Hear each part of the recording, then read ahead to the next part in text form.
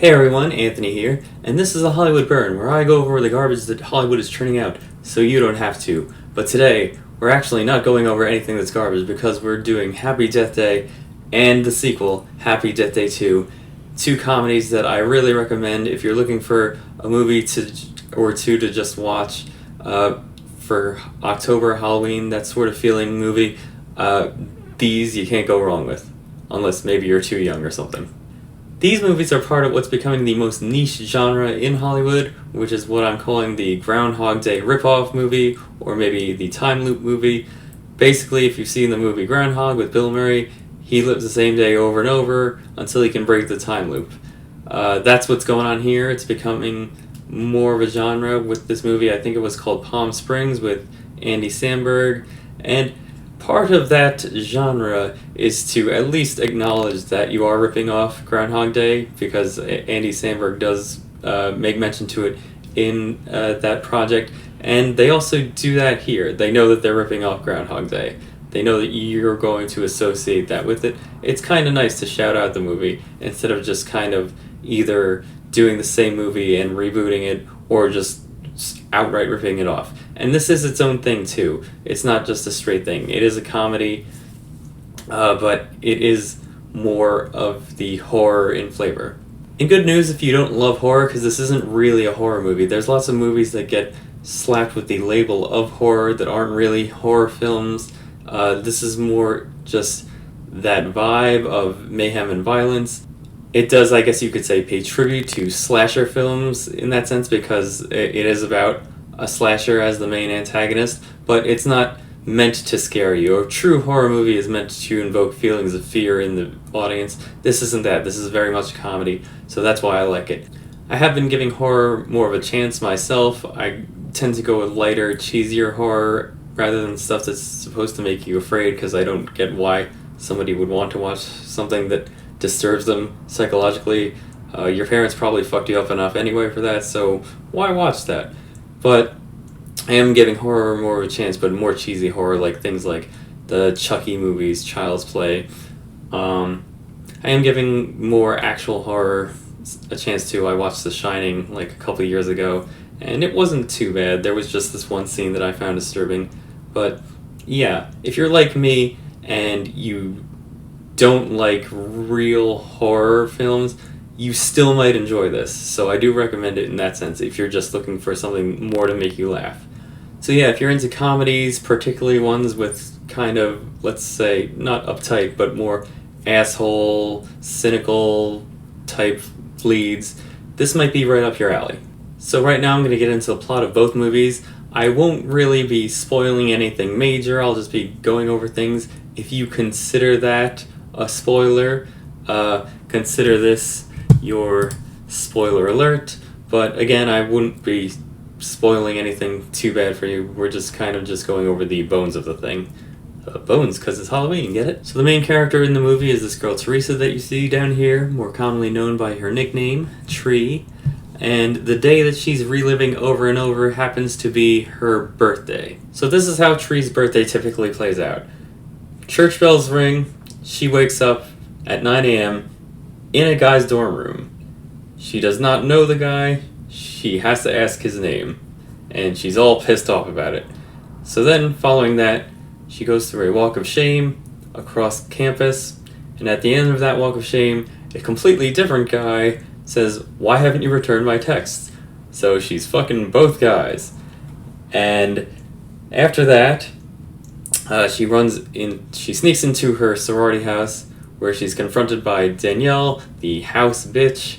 You know, she does that thing where she's like your friend, but not really your friend. We don't know if they're friends, like on what level, because she calls her, Tree and Danielle call each other their friend, but like, you're like, are you? Because you kind of wish each other harm a lot.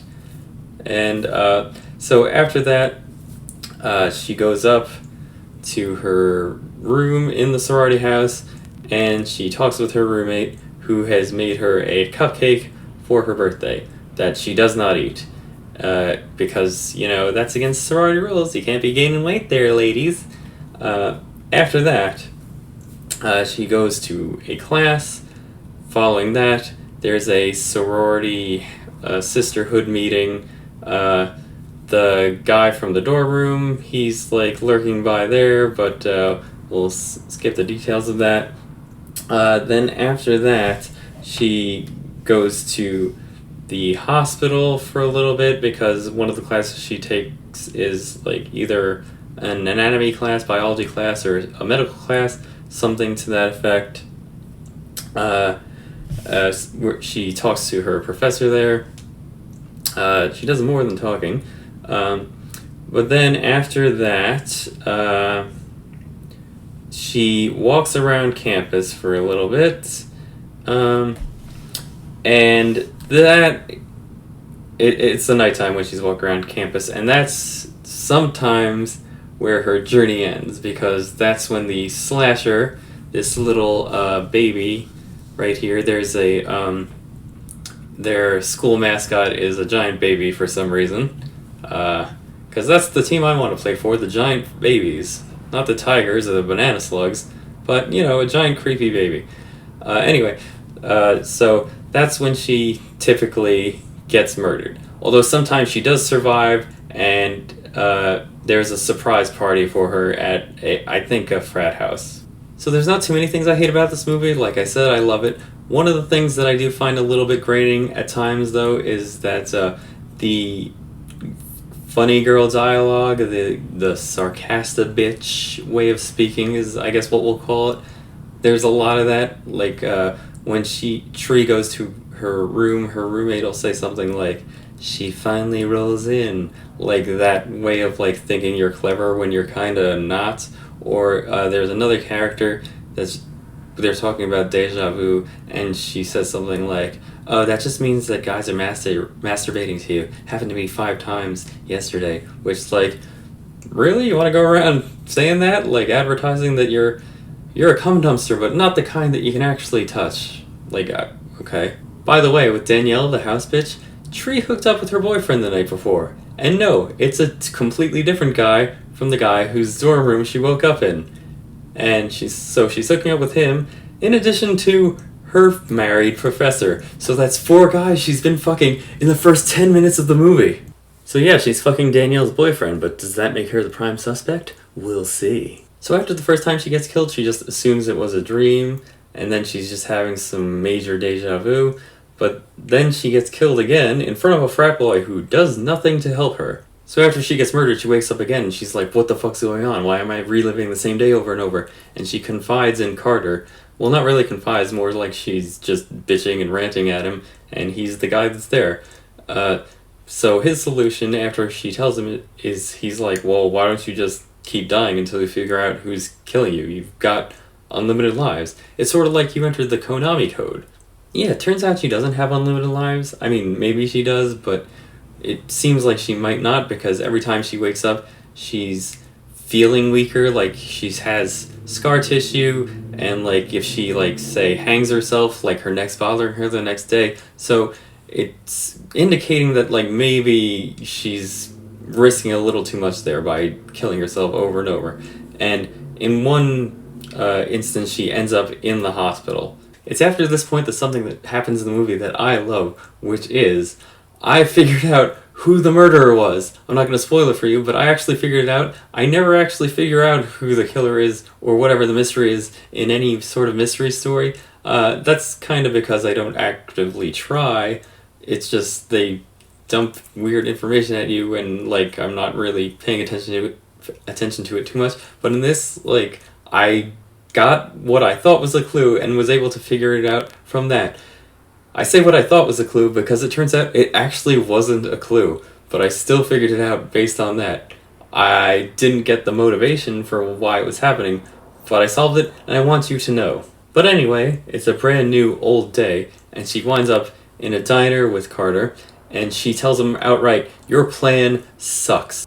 This is also the part of the movie where she sort of laments the person that she is, and she feels like she would be a disappointment to those around her if they could see what she's become, and she doesn't vow to change, but you can see hints of that maybe on the horizon. And there actually is a day later that becomes what I call the good person day, where this sort of ties into it being similar to Groundhog Day, where, like, Bill Murray kind of just starts becoming a better person, and we see that going on, and then she does something like that in this movie, but does it stick? That's the question. I'm not going to spoil it for you, like I said. The same day that they eat at the diner, that interaction ends with a news report that she catches on the diner TV talking about this guy, John Toombs, who killed like 6 girls her age in the area. So she figures he has to have something to do with her murder. So she tries to go to the hospital. Some trouble does end up happening with Carter, and then she has to look within herself and see, like, does she want to help him out, or is she just going to continue on her mission and try to break the time loop? And that's all I want to say about the first movie right now. Then there's the sequel, Happy Death Day to You, and it is every bit as entertaining as the original, I would say at least.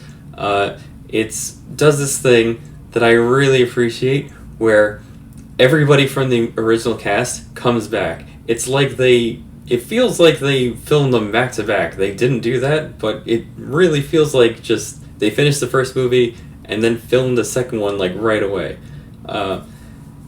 And I really appreciate all the actors just coming back for it. To that effect, the filmmakers know that you're watching this movie in the streaming era, and it seems very much designed for you to watch the first movie on your streaming service and then watch the second movie immediately after. Now, there is a bit of a recap at the beginning of the movie, just in case you don't do it that way, but I really appreciate this movie's design. Now, in the first movie, one of the characters makes a remark, hey, this is just kind of like that movie Groundhog Day, because, again, they have to acknowledge that. In this movie, one of the characters says, hey, this is kind of like Back to the Future, which I didn't get. I thought it was just kind of a throwaway line, because this isn't a time travel movie, it's also a time loop movie.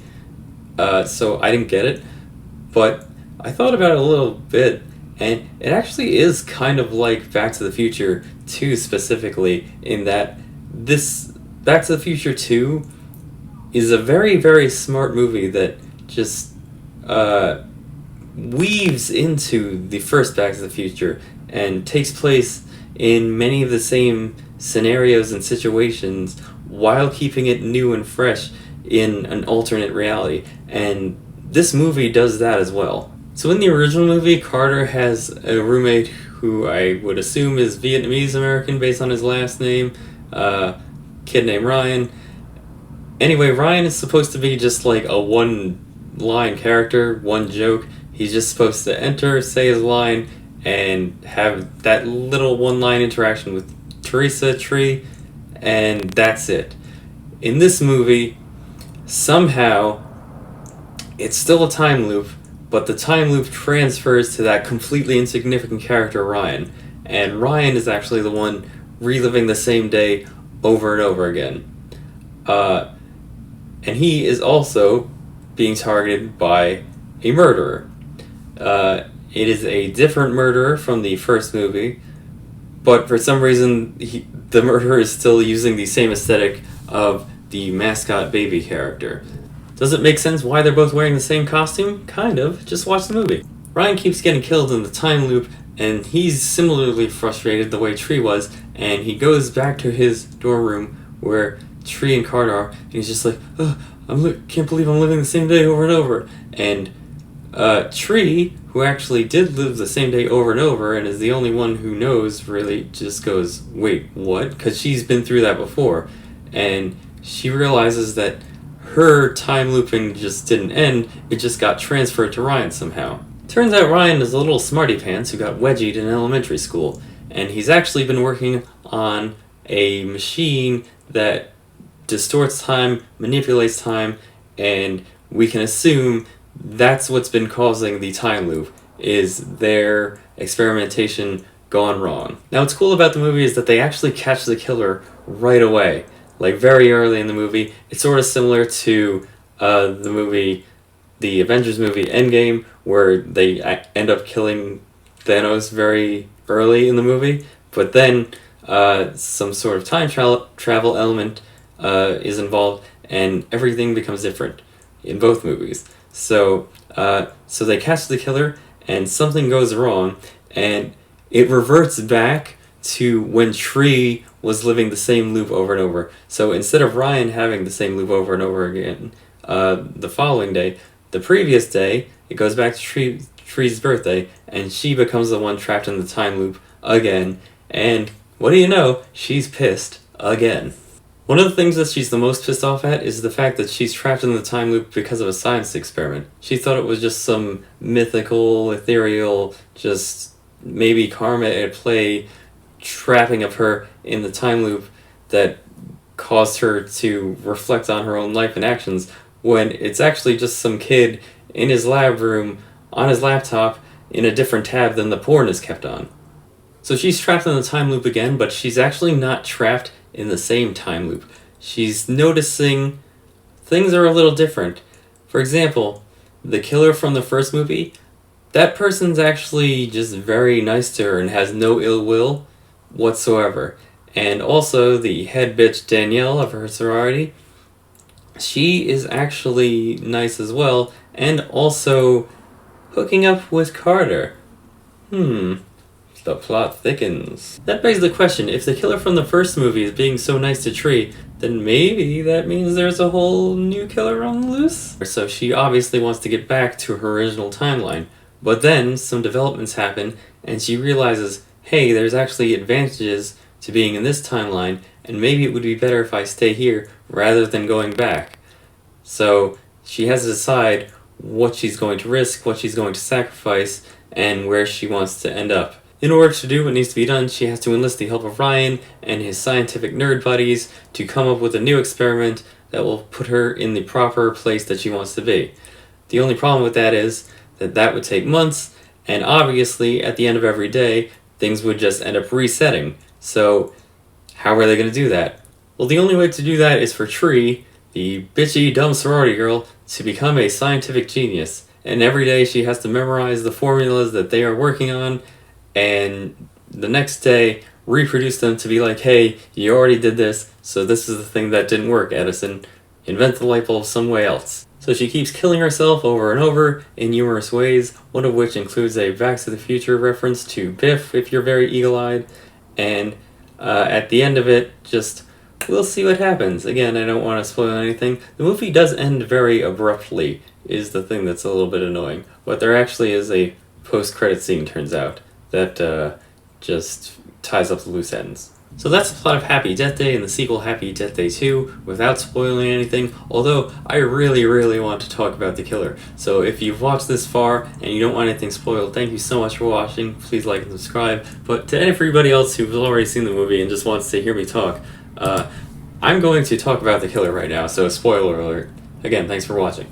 So if you've watched the movie, you've seen her flee the hospital in a car that she's stolen, and she ends up getting pulled over by the police. Anyway, during that scene, there's a gas leak, and the killer, in the baby mask, takes a birthday candle and throws it on the gasoline, blowing Tree up in a huge, massive fire. And I'm very proud of myself that I noticed it was a birthday candle, because I was just like, oh shit, it's a birthday candle, just like the one on the cupcake that her roommate gave her.